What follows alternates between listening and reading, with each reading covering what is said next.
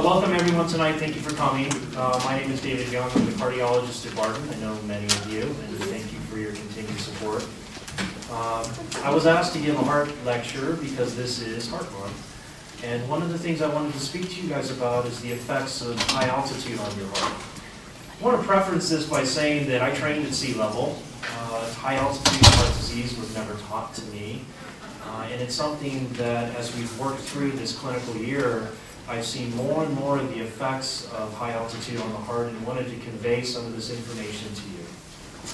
So I want to keep this open. If anywhere along the line anyone has a question, wants to ask me about something, please feel free to interrupt me. And then of course at the end we'll have plenty of time to answer questions as well. So tonight I'd like to talk to you guys a little bit about what the physiologic response to altitude is, and tailor that into what we call periodic breathing of altitude, how altitude affects your respiration. I'd like to talk a little bit about what this periodic breathing can do, the effects on the cardiovascular system and leading to sleep apnea. Talk to you a little bit about the treatment for altitude-induced periodic breathing and some of the things that you guys can do to stay healthy here at high altitude. So I thought I'd torture you right off the bat with an equation. I can't help it. It's part of it. It's physiology. But the environment here at Lake Tahoe and in high altitude in general is defined as what we call hypobaric hypoxemia. So hypobaric refers to low pressure, and the hypoxia refers to low oxygen levels. Now, when you talk about breathing in air, what drives the air into your lungs down into the capillaries, into the tissue, is the partial pressure of oxygen. And that is what's defined in that equation. So the PiO2 is your partial pressure of oxygen.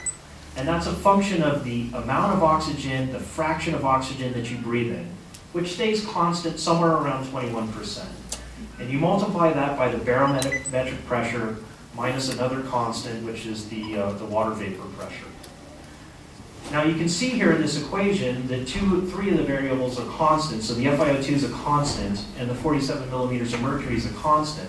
So therefore the partial pressure of oxygen is really dependent on the barometric pressure or your atmospheric pressure.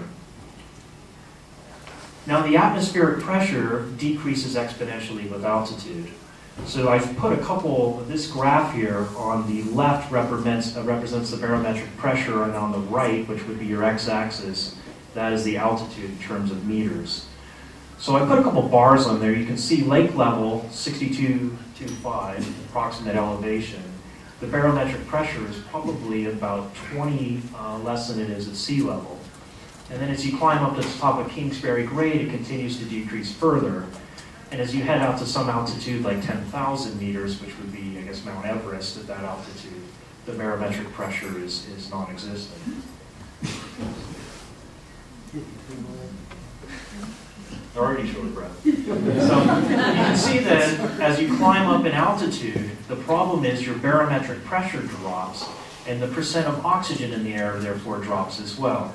So what we're dealing with up here at Lake Tahoe is lower oxygen than you're dealing with at sea level because of the lower barometric pressure. And you can see that the oxygen saturation will also drop with an increase in altitude.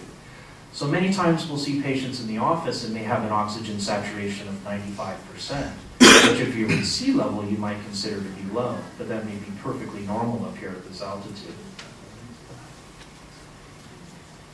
So how does your body respond to this? Well, it's this really complex biofeedback mechanism. So you have these receptors which are located in the vasculature in your body, particularly in your carotid arteries, which feed up to your brain, and in your aorta, which is the main blood vessel in your body. And they have sensors in it. And the role of these sensors is to detect changes in the oxygen level and detect changes in the carbon dioxide levels. So when you come up here and your oxygen levels drop, these chemoreceptors sense this and trigger your body to what's called increase your minute ventilation, meaning you increase how deep you're breathing and how fast you are breathing to get more air into your lungs. Now this whole theory is called loop gain, and part of the abnormality they think that happens to people at altitude is how responsive you are can be genetically determined.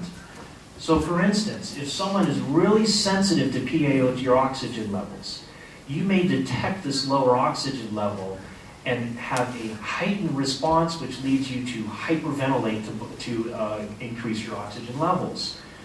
Now, as a consequence of that, you blow off all your CO2 levels. That's how that respiratory equilibrium works. On the same sense, someone may have a heightened sensitivity to the CO2 levels.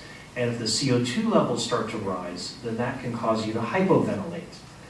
So there's thought that some people genetically are just chemosensitive to these changes in either oxygen or CO2 levels. In addition, in some patients who have a low flow state, so say you have congestive heart failure, and your heart doesn't squeeze as well to circulate the blood around in your bloodstream, it may take longer for these chemoreceptors to detect these changes and to shut off that feedback mechanism. So a lot of physiology, but the point is that your body senses these changes in oxygen and CO2 levels, and that's how it determines how you breathe. And in some people, you may have some genetic susceptibility to either hyperventilate or hypoventilate based on these levels. So, this process of what I'm describing to you is the initial part of acclimation to high altitude. So when someone comes from sea level up to, say for instance, from the Bay Area up to Lake Tahoe, the first thing they notice that they do is they're breathing harder. And that's in response to that hypoxia to increase their ventilation rate. So you're breathing deeper and faster. You're increasing the delivery of oxygen because you're taking in more breath and you're breathing more. And you're compensating for the low oxygen and low partial pressure from the low barometric pressure. As a consequence, though, you blow off all the carbon dioxide in the gas exchange. And carbon dioxide is what's used to help maintain the pH of your body.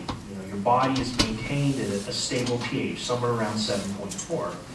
And if you blow off all the CO2, which is what makes the acid in the body, then your body becomes alkalotic. The pH starts to increase. So they call that a respiratory alkalosis, meaning you breathe off all the CO2 and your body's now alkalotic. Now, this first stage, this hepatoventilatory response of this acclimation to high altitude, is inhibited by alcohol and any type of sedatives. So it always makes me laugh, because I think back to when I was 21 coming up here, you go out and have a bunch of beers and then snowboard the whole next day, which is probably the worst possible thing you could do. But that initial acclimation is strongly inhibited by alcohol. So if you do have someone, family, friends, that come up here from a sea level location, they do recommend that you avoid alcohol for at least 48 hours until the body can activate. Now, I will say a word about sedatives that I find interesting. So mostly we're referring to hypnotics, medications you use for people to sleep. But paradoxically, they find that Ambien actually may improve the periodic breathing that people suffer at high altitude. But I'm very cautious about that in prescribing sleep medication to individuals who I suspect may have sleep disorder breathing at this altitude. Okay, so we talked about how the lungs respond to this. Now, how does your body respond to this alkalosis? Because you can't stay alkalotic. And what happens is the kidney starts to sense this. The kidney is the other organ that's very important. And what it does is it excretes something called bicarbonate, which is sort of the buffer or the alkalotic substance in your body. So your kidney starts to excrete this bicarbonate, and as a consequence, you diurese, you pee a lot. So when someone comes up here to the high altitude, they start to urinate frequently. That's that alkalotic diuresis. And that does two things for you. One is it concentrates your blood, so you have more blood cells per unit volume, which allows you to carry more oxygen to the tissue. But the downside is you get dehydrated. So that's why people get a headache. They're dehydrated. And if you decrease your blood volume, then the output of your heart can be affected because there's less volume to pump forward. Your heart's output is dependent on your heart rate and the volume of blood that it pumps forward. So if you decrease the volume, you have to increase the heart rate to make sure you contain the same cardiac output. So what about some circulatory changes? Well, your body doesn't like to be hypoxic. That's not normal. So it sort of goes into a stress response. And the stress response is to secrete a hormone called epinephrine, which is adrenaline in your body. And what that does is it causes your heart rate to go up, and it constricts the vasculature in your body, which will make your blood pressure go up. Your lungs also don't like the hypoxia, the low oxygen. So what happens to your pulmonary vasculature is it constricts as well. And the reason it constricts is it squeezes down on the blood vessels and forces the blood to go up into the upper portions of the lungs, which are better aerated. They have more oxygen there. So it helps improve the oxygenation by shunting blood flow up to the top of the lungs. Now, this can cause problems. So patients that ascend to very high altitudes and they get more and more vasoconstriction, particularly if they ascend too fast, can cause a condition called high altitude pulmonary edema, which you may see in various movies where they're coughing up the bright red blood and has to be treated with a steroid, usually dexamethasone, to suppress. I don't expect anyone coming up to Lake Tahoe will have that happen. But if you're a mountaineer, I'm sure it's something that you have, you've heard about. So your blood changes, and this is probably the best physiologic effect that has been studied at high altitude and why people like to come train at high altitude. Because you make more red blood cells. Your oxygen is low. The body knows your oxygen is low, and it wants to increase the number of red blood cells that you have to carry more oxygen to the tissues. But this is not an immediate response. Remember, you do get a little bit of concentration from the diuresis, but it takes at least 10 to 14 days to start rebuilding new red blood cells. And that equilibrium that you reach takes almost a couple months to achieve. The blood cells are smart too. They know I only have to carry more oxygen, but I have to deliver more oxygen to the tissue. And there's a series of biochemical adaptations your body does to help unload that oxygen into the tissue and into the cells where it's needed. Now, if these physiologic acclimation processes go wrong, then you develop something called acute mountain sickness. And there's a spectrum of this. There's this acute mountain sickness, and then there's a high-altitude cerebral edema, and then eventually progression to high-altitude pulmonary edema. But again, these are really dependent on how high you go, and how fast you go, and how much activity you do when you go up to that high altitude. The symptoms, for those of you that have guests that come up, you all are probably acclimated to it at this time. Headache, malaise, poor appetite, you sleep really poorly, sort of described as a very bad hangover for reference. So again, I would say for people coming up, avoid alcohol for the first 48 hours and don't pursue in any type of heavy physical activity if you're not used to high altitude until your body has a chance to acclimate. So those of you that have lived here for a long time, your body has already adapted to this. And the things you've done is your hypoxic, that ventilatory response gets reset. The body gets used to the lower oxygen levels. So it resets those chemoreceptors. And what I'm wondering is, maybe people that have abnormal chemoreceptors, it's harder for them to reset and they carry on some of the abnormalities of breathing continuously. You also have more red blood cells we talked about. The red blood cells are designed better to hold on to the oxygen from the lungs and deliver it to the tissue. You have more capillaries, so there's more ways to diffuse the oxygen out of the bloodstream into the tissue. And there's other, advanced physiology where you can decrease the gradients and allow the oxygen to easily perfuse into the tissues. But for the most part, you get better at breathing, you get better red blood cells to compensate for it, and more red blood cells. Now again, the symptoms of acute mountain sickness and these changes that get people in trouble really aren't described until you get to about 8,000 feet. So we're at an altitude that should be less than what is being described to cause these acute mountain sickness. Now some of you, I understand, live close to 8,000 feet. I certainly felt this when I lived in San Diego. My father lives an incline at 7,500 feet, and I had all these symptoms every time. I'd wonder why I could run 10 miles in San Diego and then run up his stairs in his house and feel like I was going to drop. And that's why. So again, I don't think anyone needs to come out of here panicked that you're living at high altitude and it's hurting you, because most of these changes really start to kick in once you get above 8,000 feet and start to increase exponentially as you increase in altitude and at the rate at which you increase altitude. Usually you should not go more beyond 8,000 feet than about 1,500 to 2,000 feet a day. So what happens to your breathing? Well, what's described at high altitude is called this periodic breathing. And what that is it's sort of this waxing and waning of respiration. So you have periods of hyperventilation in response to the hypoxia, which is then balanced by periods of not breathing.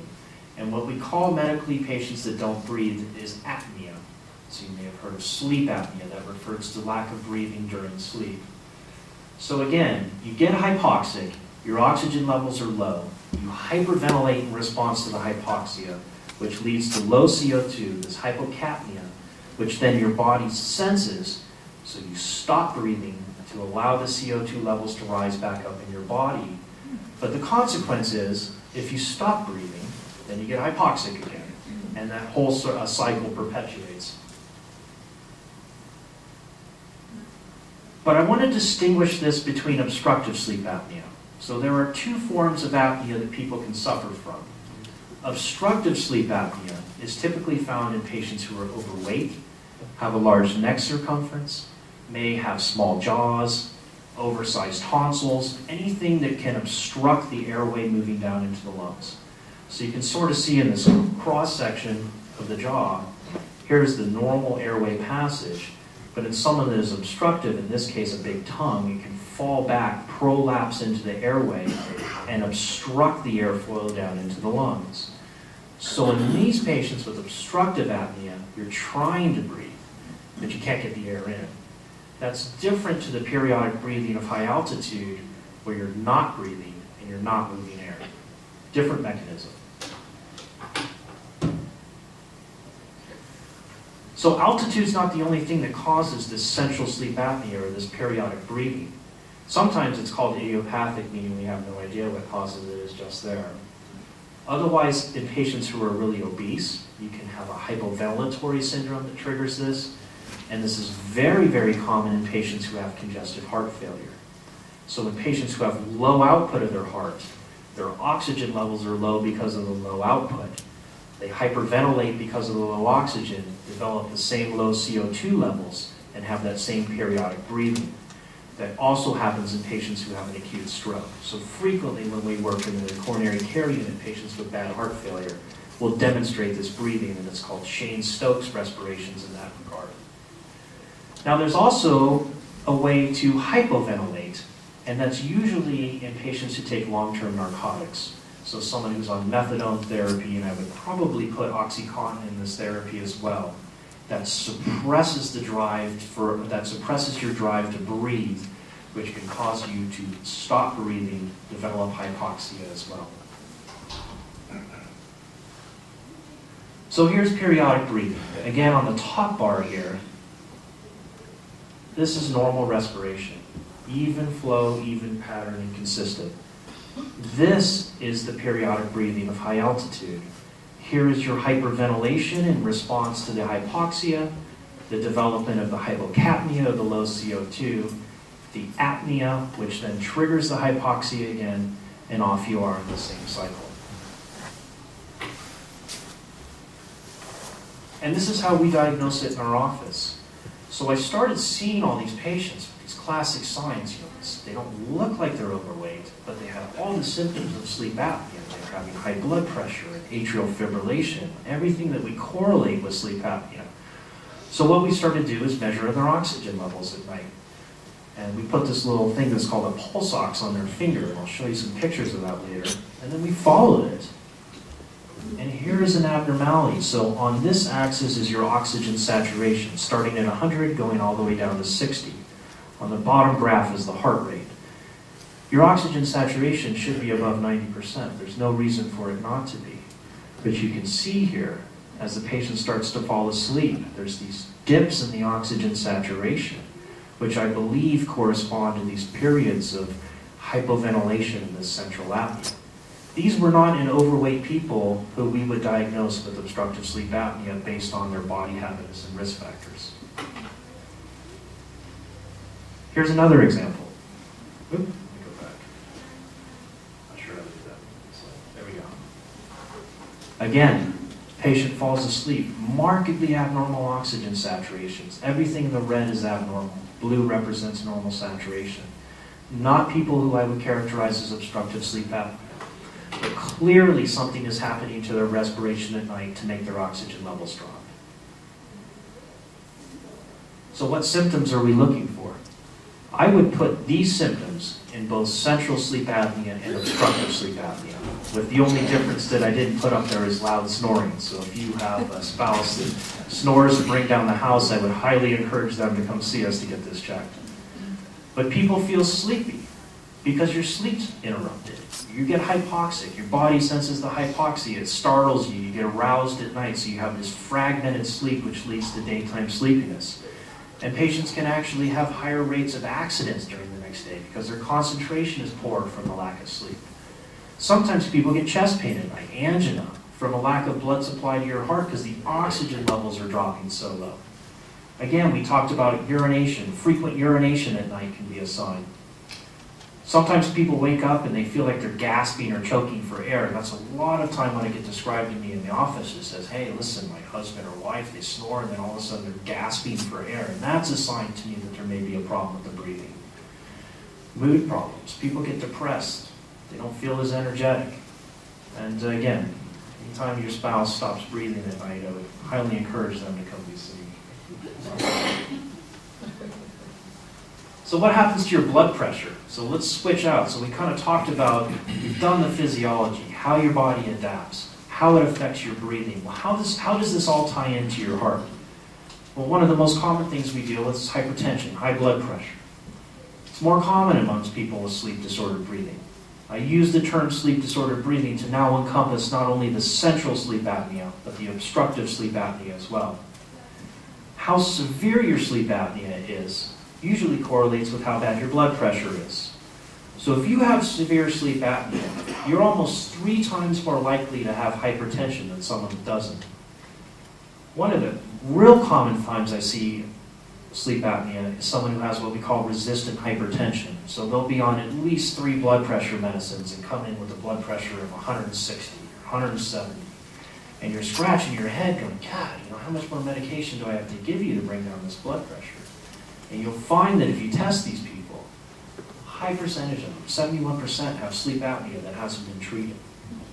Now the downside is, and the discouraging part of that, is that when you treat the sleep apnea, it usually only leads to a modest decrease in the blood pressure. So most of the time I still have to medicate you for the blood pressure, but less medication than I would otherwise.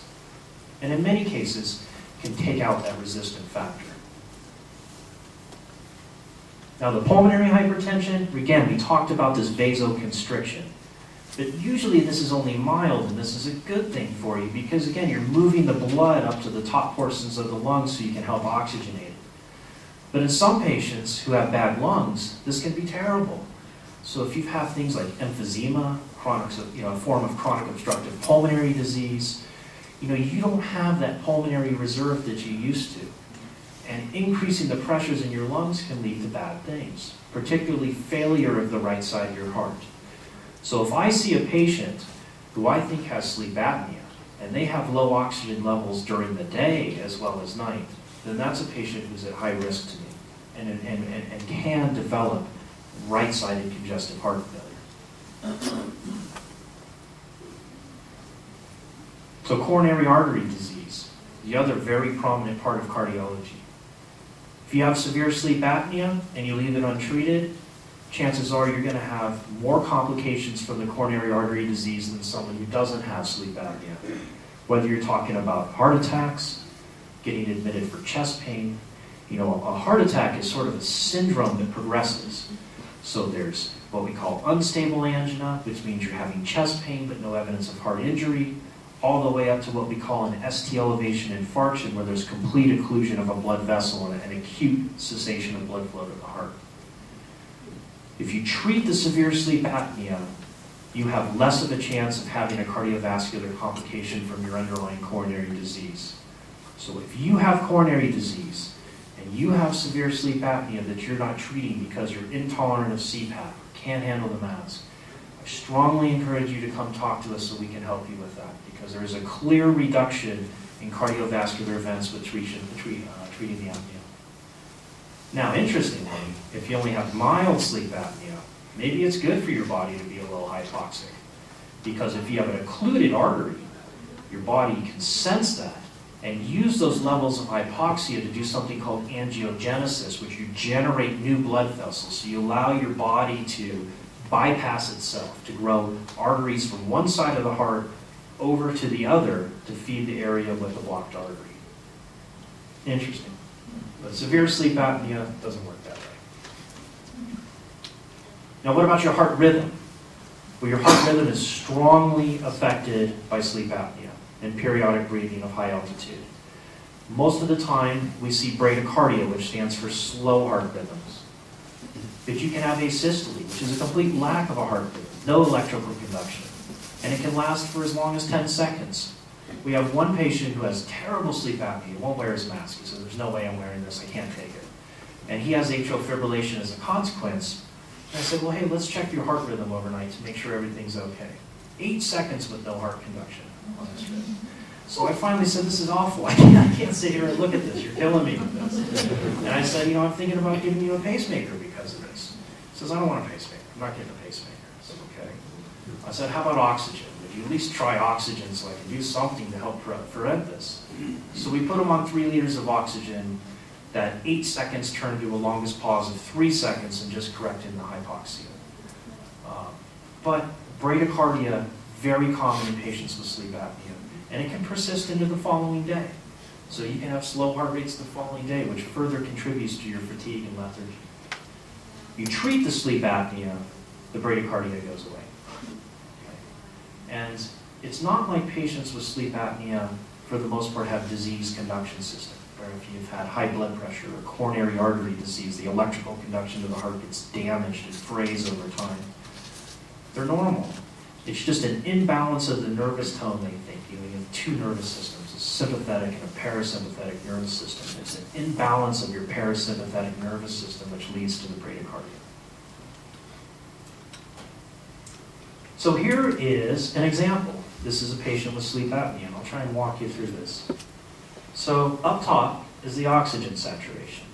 What I want you to focus on here first is the breathing movements.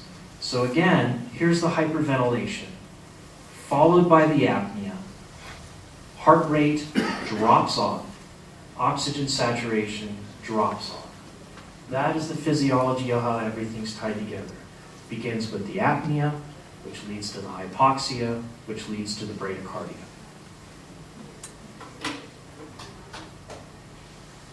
This is asystole. So this is an example of an EKG tracing, an electrical tracing of your heart in a patient with sleep apnea. Fast heart rhythm, probably in response to the hypoxia, followed by no electrical conduction, which is known as asystole to us.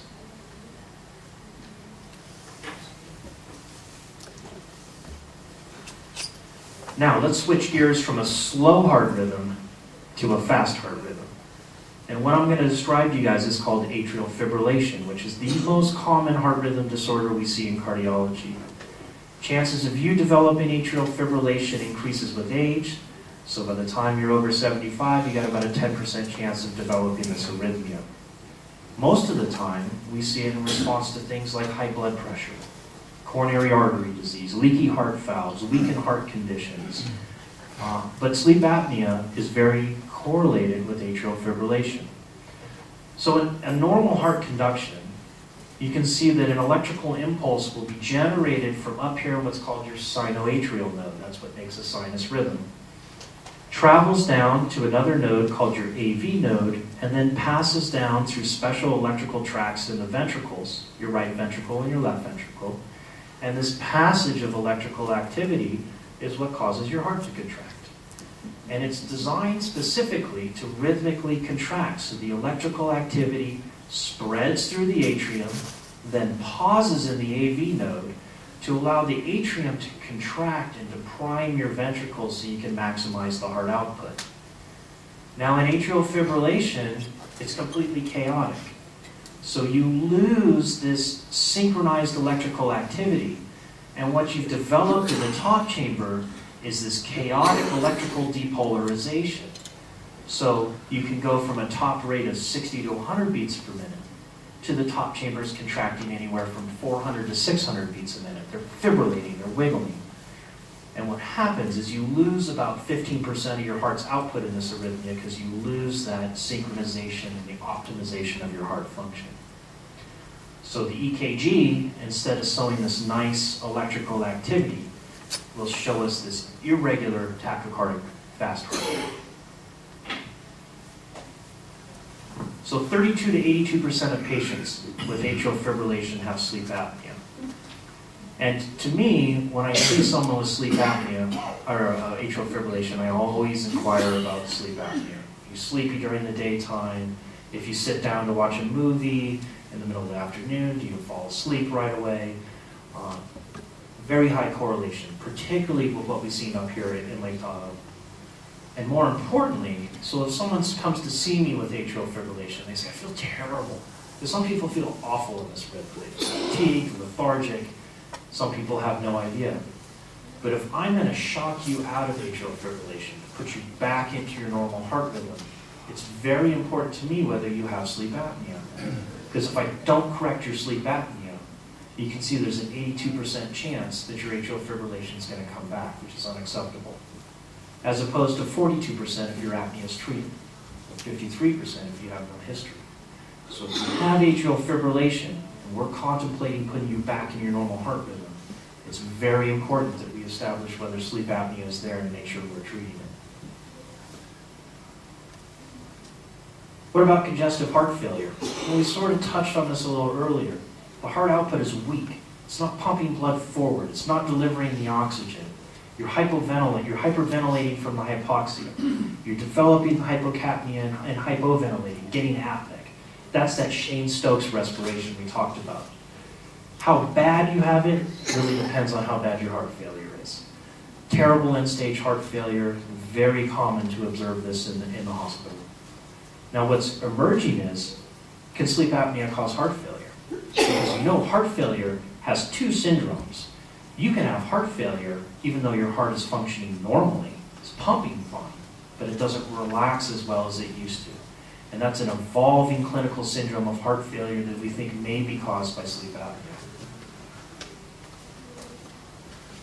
So how do we diagnose sleep apnea? So I was going to say you have these symptoms, you go in to see your doctor, you say, listen, I'm tired during the day, my wife says I snore at night, I want to be checked for sleep apnea. Well, traditionally you undergo something what's called a sleep study, which is a polysomnogram. They offer it at Barton. It's an overnight study where you go in, it's hard, you got to sleep, and you have a number of electrodes hooked up to your body. You got ones on your brain, which measure your brainwave activity. You got tubes in your nose that measure your oxygen saturation. You have something on your chest right here, which determines if your chest wall is expanding. So that's how we determine whether it's obstructive or central. Because if you're not having any movement here and you're not breathing, then that's a central sleep apnea. Then you have your oxygen saturation monitor. And then you get the full report, which is similar to the one I showed you guys with the low oxygen saturation, which led to the bradycardia. Now here comes the worst part. This is where I really get yelled at. The treatment is usually what's called positive airway pressure. So you have a mask, usually begins with something called CPAP, which is continuous positive airway pressure. And it is a very, very hard therapy to get used to. it takes several months and a lot of time working with the oxygen companies to find the right mask that fits to your face. Because what this machine does is it blows in pressure, because it's been designed for treatment of obstructive sleep apnea, where you have a narrowed airway. So it blows in this air at pressures that you can set from anywhere of 5 centimeters of water to 15 centimeters of water to keep that airway open to deliver the oxygen. But my problem is, I'm not seeing obstructive sleep apnea. These aren't people who are snoring. They're not obstructing their airways. They're just not breathing because of the altitude. So I didn't want to do the sleep study. So I said, let's come up with another way. So this is what we're doing in our cardiology department. If someone comes in to see me that I think is high risk for sleep apnea, we measure your oxygen levels. We have you wear something called a Pulse Oximeter overnight, that there are oxygen companies that deliver to your house. We get that back. If it's abnormal, meaning like the ones that I saw earlier with the desaturations, I say, let's put you on some oxygen at night. 2 liters, like you see in the hospital, the little prongs. We repeat it again, look at it. If it's still abnormal, sometimes we'll increase it up to 4 liters a minute, and then repeat it. But if it's abnormal at that point, then it's hard for me to believe that we're just dealing with hypoxia, which is triggering this. Because there's no way at 4 liters you should be getting hypoxic. And at that point, I become concerned about you having some type of obstructive, coexisting obstructive event, and will send you for the formal sleep study. Now, not all sleep apnea is clear-cut. Either you have central or obstructive. There's usually some combination of the two, and some patients can have a condition called complex sleep apnea, which requires both positive airway ventilation as well as bleed-in oxygen therapy. So here's an example of the pulse oximeter. This is what it does. It tapes on your finger. I did one for fun, although it was a low altitude. And what it measures is your oxygen saturation, and it measures your heart rate, and it stores this information over the course of when you're sleeping, and when the oxygen companies come pick it up, they bring me that report. And this is an example of the oxygen therapy that we're using. This is a nasal cannula. It has 2 prongs, sits in your nose, hooks over your ear, hooks up to an oxygen concentrator, which delivers a steady flow of oxygen. And here's some examples of what we've seen. So here's another gentleman, abnormal oxygen saturation during night. You can see they gave me this report here. So he only spent 52 minutes of the time he was sleeping with a normal oxygen saturation. Almost 7.5 hours of the night he's sitting there hypoxic. It's hard for me to sit on that. How do you leave that untreated? So I said, let's put you on some oxygen. Brought him back. Perfect. Perfect oxygenation all night on 2 liters. So who's at risk? I mean, the last thing I want is everyone running out of here saying, God, I got to move out of Lake Tahoe, I'm hypoxic, my breathing's steady. I think that's the wrong message to take. But I think there are some people who, if you're experiencing these symptoms that I described, that it would behoove you to come get it investigated. And maybe if it's only mild, we say, hey, maybe we don't treat that. But the patients that we identify that are severe, I think there is serious cardiovascular risk by leaving that untreated. So as you get older, it gets more common. If you're a man, you have it more prevalent than if you're a woman. If you're overweight, particularly if you have daytime low oxygen levels, that is a very negative prognostic sign and should be treated. If you're someone that has chronic pain issues and you take heavy narcotics, particularly long-acting narcotics like methadone or OxyContin, I would encourage you to have it checked. If you're a heavy drinker, particularly at this high altitude, I would have it checked. And if you have cardiovascular disease, so you have diagnosed congestive heart failure, you have this resistant hypertension, you're getting chest pain at night that's awakening you from sleep, or if you're having heart rhythm abnormalities that occur when you're sleeping, I strongly encourage you to have it checked out. Now, how do you stay altitude? First of all, she's going to get mad at me, I know, because she said every doctor just says exercise. Well, it's exercise. Maintaining an ideal body weight at this altitude, I think, is essential. So I would say, number one, like every other generic physician, please exercise and lose weight if you're overweight.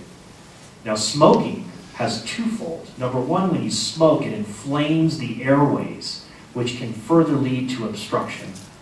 Also, when you smoke, remember, every time you smoke, you're killing your lung tissue. It's causing irreversible damage to your lung tissue, which makes it harder for you to compensate for the hypoxic environment up here.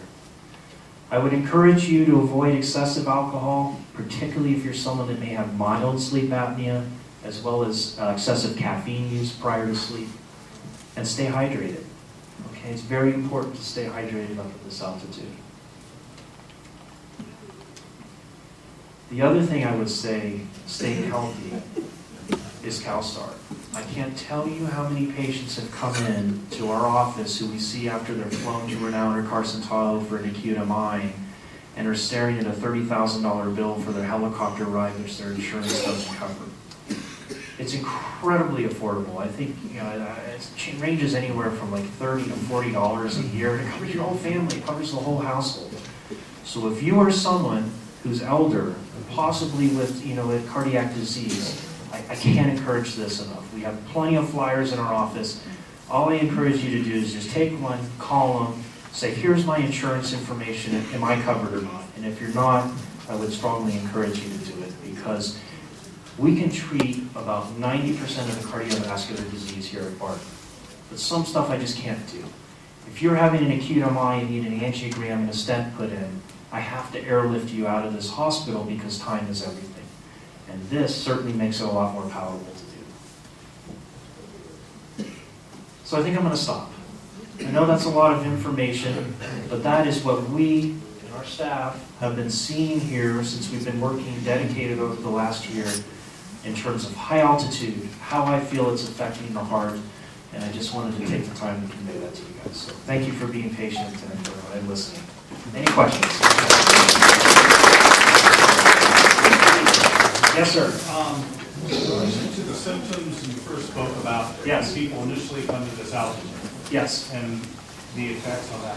How does that relate to people that commute up here from Gardnerville? Very interesting question. So Gardnerville is a higher altitude. So you're probably, what, 4,500 feet in Gardnerville on the valley floor? So you're only talking about coming up 2,000 feet, which I think is well within the range of what is safe to travel on a day basis. So you should not have effects from that. That should not affect you. 8 hours, 10 hours? That should not affect you. How about in the climb over the summit? Was it beneficial to them to stop part of the way up? Yes. So I've had several people tell me when they come up over the summit, it causes chest pain. They get angina going over the summit from the low oxygen. For most people, 99% of the people, it's no problem. You're not going to have any physiologic consequence of it. But if you do have coronary artery disease, and you have something that you're susceptible to those low oxygen levels, yes, I would ask you, if you're going over a high summit pass, to stop. I came on behalf of a coworker that also has a heart disease with emphysema. Yeah. Well, it's a double factor. Yeah. So that would help to possibly stop. Yeah, it may help, if they're not feeling well, it may help to stop. Sometimes people even need oxygen. I mean, they may need oxygen therapy coming over a high altitude summit if they're getting that hypoxic that's causing. I mean, once they're getting chest pain, then you're not getting blood to your heart. And there's a whole cascade of events that happen in terms of blood supply. And chest pain is one of the last things you feel. He's talking about me, and I'm very fortunate that I don't have the pain. But I thought that perhaps if while I'm driving, I commute back and forth. Yes. And that's what I was asking you, was perhaps if I stopped on the way up and on the way down, would it be more advantageous to the stress on my heart? It may. Okay. It may. Now, most of the time, people recommend that when you stop to acclimate, you do it for a period of 24 hours. Obviously, that doesn't work for you. No, that's But you try. Try it. And again, I don't have all the answers to this. I mean, like I said, this is a new and emerging part of cardiology that we're learning and experiencing. And if you go dig up the cardiovascular literature on treatment of periodic breathing at high altitude, there's about this much in the journals. So I would tell you that, yes, I would try and stop if you're feeling poorly. And particularly if, I don't know about the severity of your emphysema or your heart disease, but if you're feeling poorly, you may benefit from oxygen therapy as you commute. Oh, I'm on oxygen. Okay. Yeah. I just don't have it with me. Yeah. Yes, sir. When you're at higher altitude, you develop a higher red corpuscles in your blood. Yes. Now, does that help with the temperature? You get acclimated, you don't notice the cold as much as if you came up directly from, I've heard this, that phenomenon creates this adaptability to the temperature better. I don't know. I still freeze up here sometimes. Maybe I'm just a weakling. But yes, you do increase more red blood cells in response to the hypoxia. That's part of your compensatory mechanism. And whether those increased red blood cells lead to less vasoconstriction when it's cold out, you don't feel as cold, I don't know the answer to that. It's a good question, though. I'll get to it. I'll work on that. Yes? There is a tie between anemia, high-risk anemia, and poor control of the body temperature. True. No, that I would believe. Yeah. So maybe if the negative correlation is there between anemia and feeling cold, then maybe the reverse is true between a higher red blood cell mass and not feeling cold. Thanks, Son. Yes? Two questions. Well, Yes. what's the normal metric level, iron level, personal limit, high altitude? Well, that depends. So it's different between male and female. Okay, so I don't have an exact number. You get a normal range every time you get a lab. Yeah. It should be higher than the It should be higher. Okay, so you're going to have a slightly higher range than someone who lives at sea level. So whether a normal hemoglobin ranges from 12 to 14 grams per deciliter, may be 13 to 15. So somewhere up above, the normal for someone at sea level. So you should be on the higher end. And if you have someone who is in AFib, what would the normal resting heart rate be for someone like that? Well, that depends. So the problem with atrial fibrillation is that your heart rate can go very, very rapid. So we have to use medications in many instances to slow down the bottom heart response to all that chaotic electrical activity. So I try and keep someone between 60 and 80 at rest, and when they exert themselves, I don't like to see the heart rates go over 130. With medication, though? With medication. And usually I put a monitor on their heart to help kind of depict how much medication it takes to get them down into that range. Yes? We just moved up here not very long ago, so everything, our blood pressure, we have a baseline of what our blood pressure is and everything. As we stay here longer and as we get older, is this something to anticipate as a medical condition, or is it not necessarily, it's not going to happen to everybody who obviously moves up to Lake Tahoe, but we all experience the same lack of oxygen. So, I mean, you were talking about a genetic predisposition to it. Is there any way of testing for There's no way of testing for it. So like other medical conditions where I can draw blood from you and send it in for genotype testing, I can't do it for this. And those are postulated hypotheses of why some people are affected more than others. Now, obviously, you're at very, very low risk for the sleep disorder breathing that we're talking about. Now, the blood pressure is very interesting. So I have a number of patients who stay here in the summer, but then take off in the winter. And every time they do that, I got to down-regulate their blood pressure medication when they go to sea level. So I know that people have higher blood pressure up here than you do at sea level in response to the hypoxia. So if you see your blood pressure changing and going higher, Yeah. and all the other, your diet and your exercise and everything has stayed the same, is that something you should think, okay, this is something to look into? Yes, yes. So, I would never overreact to that. I would give you a 6-month period and say, hey, listen, why don't we track this? I mean, depending on how high it is, if you show up at 180 over 110, I'm less likely to say, let's watch this for 6 months. But a normal blood pressure ranges anywhere from 120 to 140 on the top number. So I may just say, hey, let's keep an eye on it, see how it fluctuates. Maybe you adapt to the high altitude, you reset that ventilatory response, and your blood pressure drops back down. But sometimes that doesn't happen, and people need to be treated up there. One more question. Of course. It seems when you are sort of susceptible by age to AFib, that the first thing you do is put you on blood thinner. Wow. Yeah. Let me explain that. Not because we like to. No one likes to put someone on blood thinner because there are consequences of blood thinners. And the main blood thinner consequence, or the main blood thinner that's used, is warfarin or Coumadin. And the biggest concern about we have is bleeding, particularly as you older, the rate of bleeding in your brain.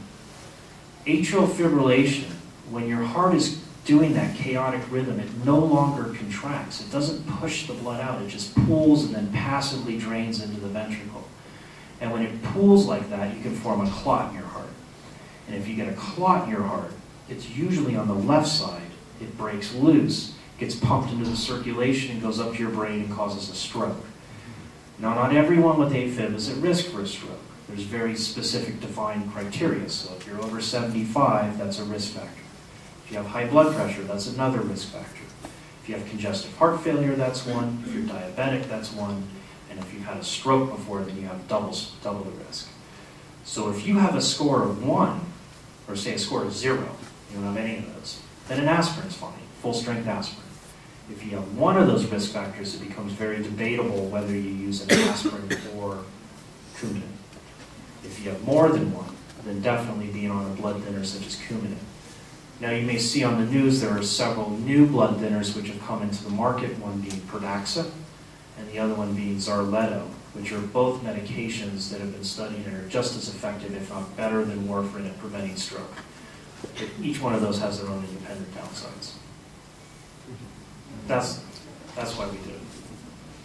Yes? Yeah, like for 9 months of the year I live in London, Ontario, which is about 1,000 feet above sea level. Okay. I've been coming up here to Tahoe for the last 7 years.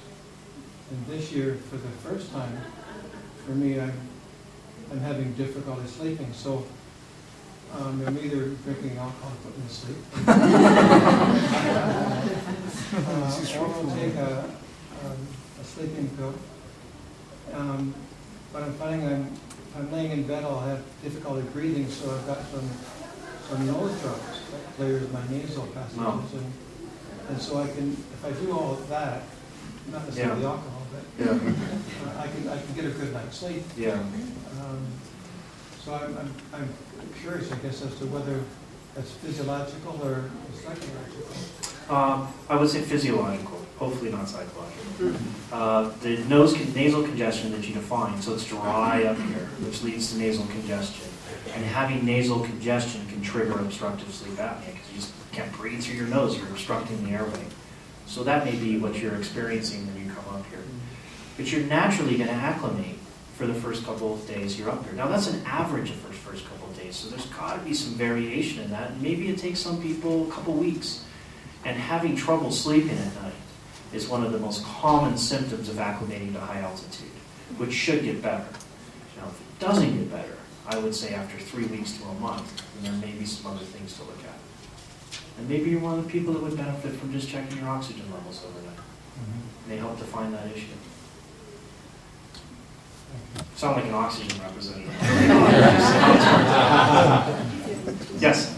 Well, I was wondering about someone who would have a chronic problem with breathing, like I have asthma. Okay. And so, is that a risk factor for in the high No, altitude? I have never heard about any correlation between sleep disordered breathing and asthma.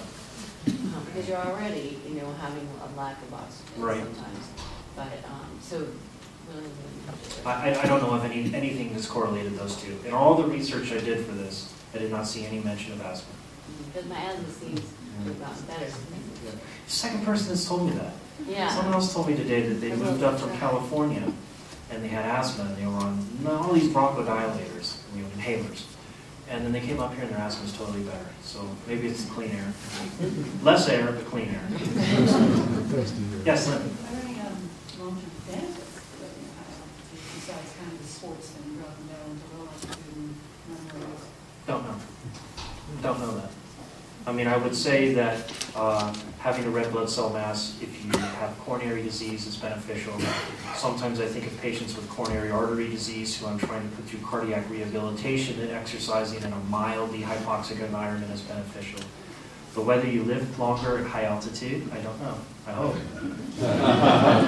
But I will find that out. I will tell you. Yes? Is there a website you can go to, or a source of information if you have hypertension and you're trying to get it lower out? I mean, I'm trying to... Sure. So the American Heart Association has a bunch of information. Okay. So for hypertension, if you don't want to take meds, which I don't blame you, I don't like giving meds out, the things you can do, big ones, increase your aerobic activity. Okay, American Heart Association recommends about 30 to 40 minutes of aerobic activity a day, most days of the week. Okay. 2, decrease your sodium intake, somewhere to around 1,500 milligrams a day, which will be hard when you start looking at all the salt that's in food. 3, avoid alcohol. Okay, 1 drink, great. 2 drinks, borderline. More than 2 drinks definitely will cause a rebound hypertension the next day. Okay. Diet, very important. So avoiding inflammatory foods such as saturated fat, trans fats, incorporation of more whole grains, vegetables will help lower your blood pressure as well. Yes? As far as the salt, Yeah. some of the stuff on the internet is talking about sea salts or crystal salts versus the processed salts, and also cooking with it versus putting it on after the food is cooked. Yeah. Is that just all nonsense? I think so. I think so. It's hard. It's hard for me to say. Now, obviously, no one's giving you a 10,000 person trial, and some people got table salt, some people got potassium chloride or whatever the salts they're using. I just tell people to stay away from salt. Period.